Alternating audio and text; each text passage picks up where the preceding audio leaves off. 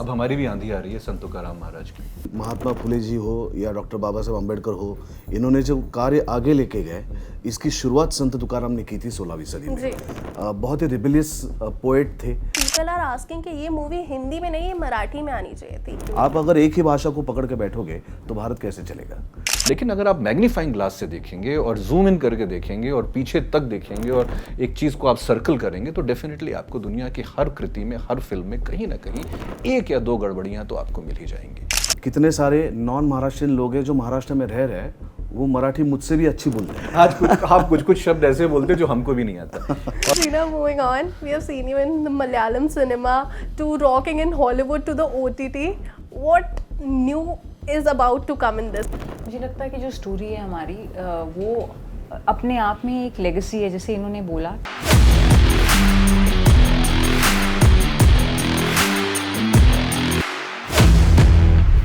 Hi, you're watching ENT Live as well as ABP Live. आपके साथ मैं हूँ वंशिका शर्मा और मेरे साथ है संत तुकाराम की टीम। कैसे हैं आप लोग?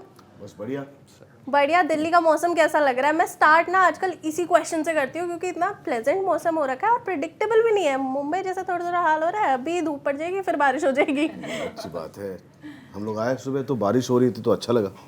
अभी दोबारा धूप निकल गई। हाँ तो ठीक है। मैं तो 2-3 दिन से दिल्ली में हूँ। कल रात में तो आंधी भी चल रही थी। जी, बहुत तेज। अब हमारी भी आंधी आ रही है संत तुकाराम महाराज की। जी। क्या है स्टोरी के बारे में? मैंने ट्रेलर देखा, आई टोटली लव्ड इट। ऐसी स्टोरी है जो कि लोगों को स्पिरिचुअली, मेंटली, इमोशनली काफ़ी ज़्यादा कनेक्ट करने वाली है। मैं आपसे जानना चाहूँगी, स्टार्टिंग विद यू। स्टोरी के बारे में मुझे लगता है आदित्य जो हमारे राइटर डायरेक्टर है वही बताएंगे। देखिए, एक ऐसी कहानी है जो हर भारतीय को देखना चाहिए, हर इंडियन को देखना चाहिए। ये हमारी विरासत है, हमारी ज्ञान भक्ति इतिहास की एक विरासत है। महाराष्ट्र के बहुत महान संत हैं और संत परंपरा से आते हैं और बहुत ही ज़रूरी कहानी है क्योंकि इन्हीं की परंपरा से आगे चल के और भी लोग इंस्पायर हुए और भी लोग जिनसे हमारा इतिहास बनता है, जिनसे हमारी संस्कृति बनती है, जिनसे हमारा आज संविधान भी बना, तो वो सब लोग भी इंस्पायर्ड हुए संत तुकाराम महाराज की कहानी से। और बहुत ही मोटिवेटिंग, बहुत ही इंस्पिरेशनल कहानी है इनकी। तो आज की जनरेशन के लिए भी जो डिप्रेशन, स्ट्रेस और मेंटल हेल्थ जैसे इश्यूज से जूझते हैं उनके लिए भी बहुत ज़रूरी है।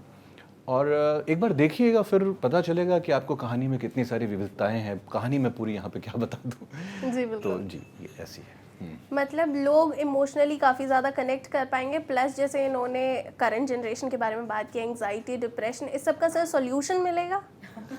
सॉल्यूशन तो मुझे लगता है कि हर संत के चरित्र में है, चाहे वो संत ज्ञानेश्वर हो, संत तुकाराम हो या किसी भी प्रांत के संत हो, महात्मा बसवेश्वर हो या कोई भी हो, या संत तुलसीदास हो।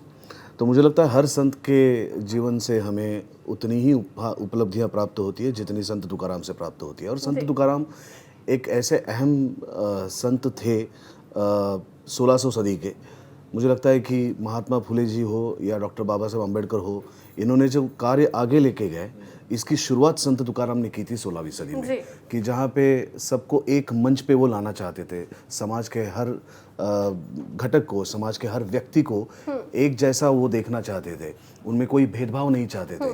तो इसकी शुरुआत संत तुकाराम ने उस ज़माने में की। बहुत ही रिबेलियस पोएट थे, संत थे। तो मुझे लगता है कि कहीं ना कहीं उनके संस्कार महात्मा फुले तक आ पहुँचे, डॉक्टर बाबा साहब अम्बेडकर तक आ पहुँचे और उन्होंने उनकी ही क्या कहते हैं हम उसको आगे बढ़ाया, लेगेसी को आगे बढ़ाया। या जी, लेगेसी की बात हो रही है। जब भी हम इतिहास का कोई पन्ना खोलते हैं, किसी को रिप्रेजेंट करते हैं, तो काफ़ी ज़्यादा लेगेसी, प्राइड और लोगों की जो विश्वास होता है ना, वो स्टेक पे लगता है एट टाइम्स। हमें कभी कभी सेल्फ डाउट होता है कि क्या हम लोगों की उन एक्सपेक्टेशंस पे खड़ा उतरेंगे। So Sheena, how was it? Was it difficult? दिमाग में क्या आया कि मैं उस लेगेसी को आगे आगे बढ़ा पाऊँगी?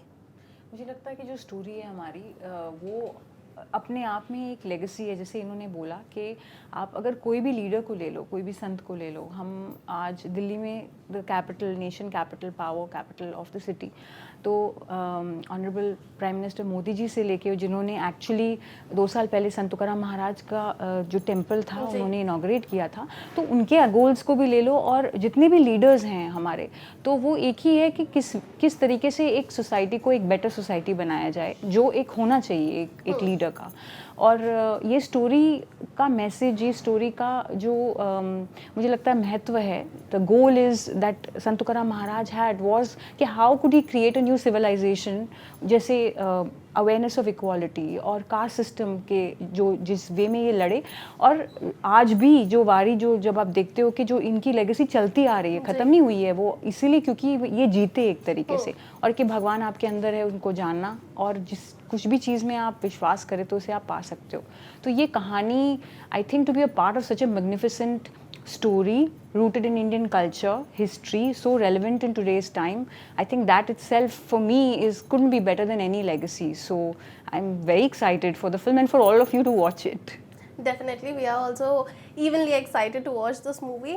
बट एक चीज़ है जो कि अभी काफ़ी ज़्यादा देखने को मिली, मैं डायरेक्टर साहब आपका रिप्लाई चाहूँगी इस पर। मूवी का जो ट्रेलर है उसका comment box is filled with positive as well as the negative comments. We know any sort of a publicity is a good publicity, but how do you take those negative comments at the time जब मराठी जो language है उस पर already debate is on going, काफ़ी ज़्यादा fuelled up है चीज़ें, people are asking कि ये मूवी हिंदी में नहीं, ये मराठी में आनी चाहिए थी। I don't know why is it happening, but your take. देखिए, पॉजिटिव और नेगेटिव तो हम कुछ भी करते हैं जो पब्लिक फील्ड में, तो दोनों तरह के हमारे कमेंट्स आते हैं। हर तरह के लोग हैं समाज में जी, सबका सम्मान है, हर तरह के विचार हैं, सबका सम्मान है। अगर कुछ लोगों को ये लगता है कि फ़िल्म सिर्फ मराठी में आनी चाहिए थी तो उनका भी सम्मान है जी, हमको उससे कोई दिक्कत नहीं है। और आगे चल के डेफिनेटली फ़िल्म हर सारी भाषाओं में डब होगी, और जब ये OTT में आएगी तो जो जिस भाषा में देखना चाहता है उस फिल्म को वो उस भाषा में देख सकता है। दूसरी और भी बहुत सारी चीज़ों पे लोग नेगेटिव कमेंट्स या इस तरह की चीज़ें लोग अक्सर कह सकते हैं। देखिए, ये तो एक ओपन फील्ड है, हम किसी को रोक नहीं सकते। जी, ये अच्छी बात है कि फिल्म पे चर्चा हो रही है, मैं उसको अलग से कहता हूँ। I am not saying that every controversy is a good controversy. ये अच्छी बात है कि फिल्म पे चर्चा हो रही है, लेकिन बहुत सारी जो चर्चाएं होती हैं वो प्री कंसीव्ड नोशंस पे होती हैं, जी, जो बिना देखे लोग बोल देते हैं। अभी बहुत सारी हमको ऐसे कमेंट्स आए हैं जो वो मतलब वैलिड नहीं है। जब वो फिल्म देखेंगे तो उनको पता चलेगा कि हमने जो बात कही वो गलत कही, लेकिन उसके लिए मेरी फिल्म जवाब देगी। जी, आप समझ रही हैं बेसिक बात क्या है? हो सकता है हम में से कोई भी परफेक्ट नहीं है, हो सकता है कि हमसे कुछ ऐतिहासिक तथ्य या कुछ हमसे वेशभूषा में छोटी मोटी गलतियां, इस तरह की चीज़ें हो जाए, लेकिन अगर हमने किसी संत तुकाराम महाराज के संदेश में कोई गलती की हो, अगर हमने संत तुकाराम महाराज के जो मूल्य हैं, जो आदर्श हैं, जो विचारधारा वो समाज को देना चाहते थे, अगर हमने उसमें कोई गलती की हो तो आप हमको जो चाहे वो सज़ा दे दीजिए। लेकिन अगर आप मैग्नीफाइंग ग्लास से देखेंगे और जूम इन करके देखेंगे और पीछे तक देखेंगे और एक चीज़ को आप सर्कल करेंगे तो डेफिनेटली आपको दुनिया की हर कृति में, हर फिल्म में कहीं ना कहीं एक या दो गड़बड़ियाँ तो आपको मिल ही जाएंगी, जी, बिल्कुल, है ना। तो मैं बस यही कहना चाहता हूँ कि हमने हमारा, देखिए, कोई भी ध्येय, पहली बात आप भी ये जान रही हैं, हम लोग कमर्शियल फील्ड में हैं, ये कोई बहुत बड़ी कमर्शियल फिल्म नहीं है, ठीक है। हमारा ध्येय बहुत ही इंटेंट, जो बोलते हैं ना, बहुत ही प्योर है। जो हमारे प्रोड्यूसर हैं बेचारे चेन्नई के रहने वाले, वो विट्ठल के भक्त हैं। तो हमने 3 साल की इतनी मेहनत, सुबोध सर ने मेहनत, शिवा की मेहनत, शीना की मेहनत, मेरी एज अ राइटर डायरेक्टर मेहनत, उसके बाद पोस्ट प्रोडक्शन की मेहनत हमने सिर्फ इसलिए की है ताकि संत तुकाराम महाराज का जो संदेश है वो गली गली पहुँचे, वो घर घर और वो गाँव गाँव पहुँचे। बस हमारी इतनी सी बात है। ओके। सो शिवा, मेरा अगला क्वेश्चन आपसे है, इतने ज़्यादा सीक्रेट मूवी है, इतना ऑरा हमारा इतना पॉजिटिव है, उसमें एक नेगेटिव किरदार जब आप निभाते हो तो क्या क्या चेंजेस करने पड़ते हैं, अपनी प्रिपेयर कैसे करा जाता है?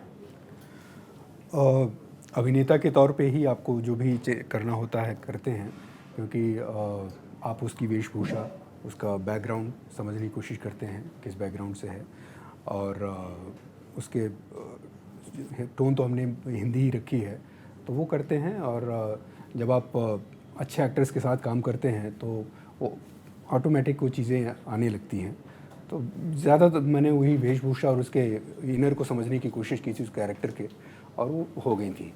बाकी उसका क्या रिजल्ट आया वो तो ऑडियंस बताएगी। रिजल्ट तो डेफिनेटली ऑडियंस बताएगी and I am sure audience is truly very excited to watch the legacy because देखिए कुछ मूवीज़ होती है जो सिर्फ एंटरटेनमेंट पर्पज़ के लिए होती है, जो कि हमें हंसाती है, कुछ मूवीज़ होती है जो हमें एजुकेट करती है और कुछ मूवीज़ ऐसी होती है जो हमारे इमोशन से जुड़ी होती है। तो जो मूवीज़ इमोशन से जुड़ी होती है उसमें तो ऑडियंस अपना जेन्युइन रिएक्शन देगी ही डेफिनेटली सर। लेकिन ये जो मराठी वाली कॉन्ट्रोवर्सी इस टाइम पर चल रही है, you being from the same place, what are your thoughts? मतलब क्यों डिवाइड किया जा रहा है व्हेन वी नो कि इंडिया में सबसे ज़्यादा हिंदी भाषी लोग हैं? डिवाइड कहाँ कर रहे हैं? मैं समझता हूँ कि यही तो खूबसूरती है भारत की कि हर प्रांत में अलग अलग भाषा बोली जाती है और हर भाषा का सम्मान होना चाहिए, इतना ही कहना है।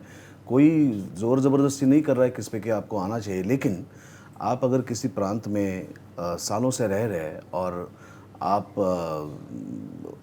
उस भाषा का सम्मान नहीं कर रहा है, फिर लोगों को तकलीफ़ होती है। जी। तो मुझे लगता है कि अगर मैं बहुत सारे महाराष्ट्रियन लोग हैं जो कितने सालों से नॉर्थ में रह रहे हैं, यूपी में रह रहे हैं या साउथ में रह रहे हैं, आंध्रा में रह रहे हैं, मुझे पता होगा, आदित्य भी उनको जानता होगा, या बेंगलोर में रह रहे हैं, और मैं यकीन के साथ कहता हूँ कि जो महाराष्ट्रियन लोग वहाँ पे रह रहे हैं उनको वहाँ की भाषा आती है।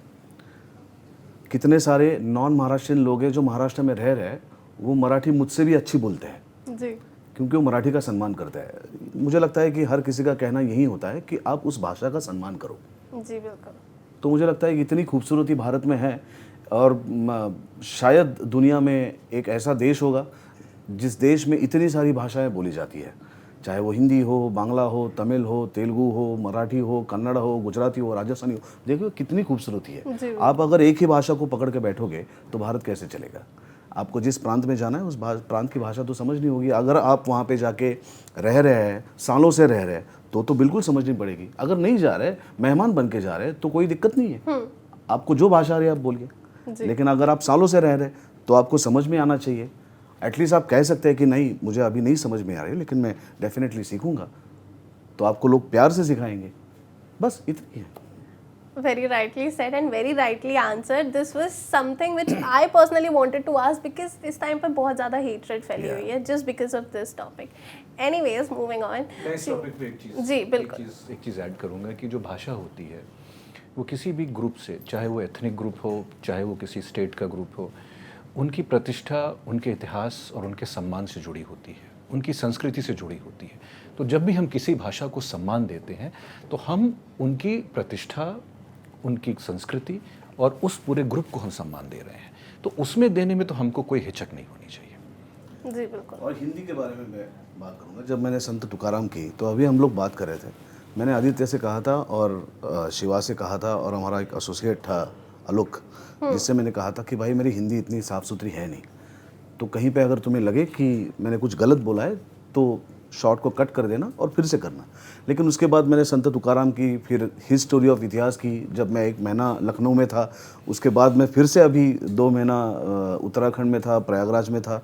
तो मुझे लगता है कि मैं हिंदी भाषिक राज्य में ही था, तो अपने आप उसका मतलब एग्जाम्पल मैं खुद हूँ, क्योंकि मेरी इतनी भाषा हिंदी इतनी अच्छी हो गई पहले से, मतलब मैं नहीं कह रहा हूँ कि बहुत अच्छी होगी, लेकिन पहले से काफ़ी अच्छी होगी क्योंकि मैं इनके साथ रह रहा था। आज आप कुछ शब्द ऐसे बोलते जो हमको भी नहीं आता, और मतलब मैं आपकी फुटेज ज़्यादा नहीं लूँगा क्योंकि मुझे खुद हिंदी बहुत प्यारी लगती है। जी। उस भाषा में एक बहुत मिठास है। अगर किसी अच्छे आदमी से आप हिंदी सुनते हो तो आपको लगता है कि भाई इतनी प्यारी भाषा तो दूसरी है नहीं। जी। लेकिन मुझे लगता है कि आपको किसी भी भाषा से, जो भारतीय भाषा है, उससे आपको प्यार होना चाहिए, लगाव होना चाहिए, मोहब्बत होनी चाहिए, तो ये हेटेड आएगा ही नहीं। और ये लगन होनी चाहिए। ये पंजाबी हैं जी। इनकी फर्स्ट लैंग्वेज बंगाली है, ये Yeah. बंगाल में पली बढ़ी। देखिए मैं हिंदी भाषी हूँ, प्योर हिंदी भाषी, लेकिन मैं सच कहूँ तो मैं हिंदी भाषी नहीं भी हूँ, क्योंकि मेरी फादर की तरफ से हमारे गांव में अवधी बोली जाती है जी। मदर की तरफ से भोजपुरी बोली जाती है। मेरी ब्रेड एंड बटर और मेरी पहचान तेलुगु सिनेमा से बनी है। बिल्कुल। तो ये भारत की खूबसूरती। देखिए लैंग्वेज एक यूनिफाइंग फैक्टर भी तो हो सकता है ना, वो सिर्फ विवाद नहीं हो सकती ना। तो इस तरह की कहानियों को आप लोग प्रमोट करिए कि यूनिफाइंग फैक्टर भी, तो मीडिया का काम वहां पे आएगा। जी। ठीक है, बाकी राजनेता जो क्या कहते हैं और किस लिए कहते हैं सबको पता है। Beauty of India is also unity in diversity. इतने लैंग्वेजेस, इतनी रिलीजन्स, इतने भाषा, तो ये आप देखो एक तरीके से। I just want to add one thing कि ये जो हमारी फिल्म है, for the first time I don't know if you know, it's being made in Hindi. Yeah. 2 बार मराठी में बनी हुई है, है। तो पहली बार ये हिंदी में तो एक तरीके से पूरे इंडिया तक पहुंचे, पूरे वर्ल्ड तक पहुंचे। That is also one of our small dreams. Unity in diversity, I guess ये वो एक लाइन है, ये कुछ 3-4 वर्ड्स है जो कि हम बचपन से पढ़ते हुए आए हैं। Right. हमारी सारी एसएसटी की बुक्स में ये, ऑल्दो मेरे को एसएसटी नहीं पसंद थी बट ये लाइन जरूर याद है। यूनिटी इन डाइवर्सिटी हम पूरी दुनिया से एक्सपेक्ट करते हैं। मैं खुद एक हिंदी भाषी हूँ, लेकिन शायद हम अपनी तरफ से उतना प्रयत्न नहीं करते। जी ठीक है, बिल्कुल। जी, जी। Sheena, moving on, we have seen you in the Malayalam cinema to rocking in Hollywood to the OTT. What new is about to come in this one? In this film, Yeah.